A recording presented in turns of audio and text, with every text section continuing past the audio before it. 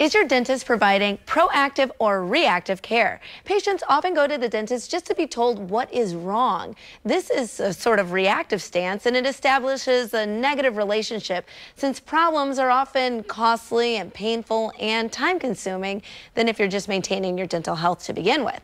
Back with us now is Dr. Ray Becker of Howard County Smiles telling us more about this very topic. How are you? Great. How are you? Good, good. Very So nice. I know we're bringing this up because you were always told how proactive you are. What does that mean to your patients? What are they telling you? Well, the patients, we had a lot of patients giving us a lot of reviews for many years saying, Dr. Becker's so proactive, and it's very flattering, but we were like, well, didn't really put much to it. We thought every dentist approached dentistry that way. But we actually then recognized that, no, that's not actually the case. There's a lot of differences in the way dentists approach that. It is truly part of our culture, our DNA, and who we are as far as how we deliver our dentistry. So for us, it's allowing the patient the opportunity to understand exactly where they are and give them the choice to have the empowerment to then say, well, what am I going to do with my particular situation? And being proactive means that you're looking for where the patient actually is and letting them objectively know, using technology to show them what's going on in their mouth instead of just saying, here's what you need.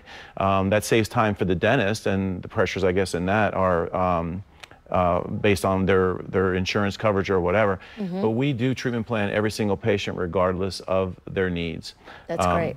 Yeah, and it's not just subjective. You're backing this up with actual technology. You're showing them. I was telling you, off camera that, I had one dentist tell me, oh, you need this, and another dentist was like, no, you don't. And it's not until you see what the proof is in the pudding. It's not until you actually see that you know. True. It creates a lot of animosity, I think, and that's a concern for creating the positive doctor-patient relationship that you would like to have as a doctor, and certainly as a patient as well. You want to create that.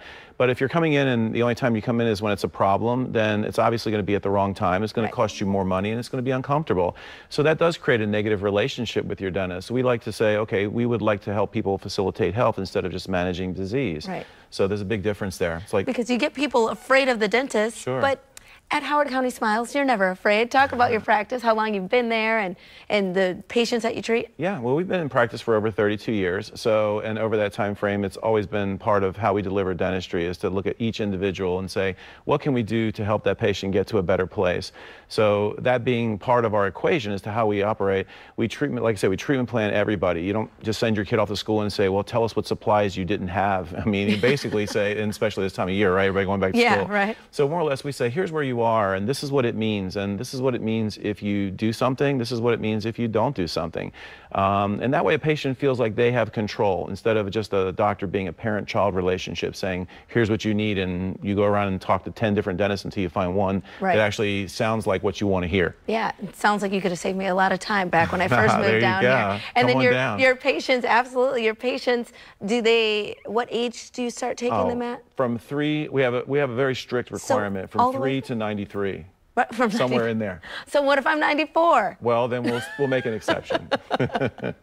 So that's great. So you will take kids. Absolutely, because one of the best things that we have found, we're so proud of the thousands of quote-unquote children. I call them my children. Having seen kids that suck pacifiers when they were 3 and now they're 33, and they never had a single problem. So that reinforced that, yes, being proactive was very, very smart for them, and the way we approach things makes it where they have fewer dental problems. That's great. And so we have a special offer right now for Midday Maryland viewers, a free consultation.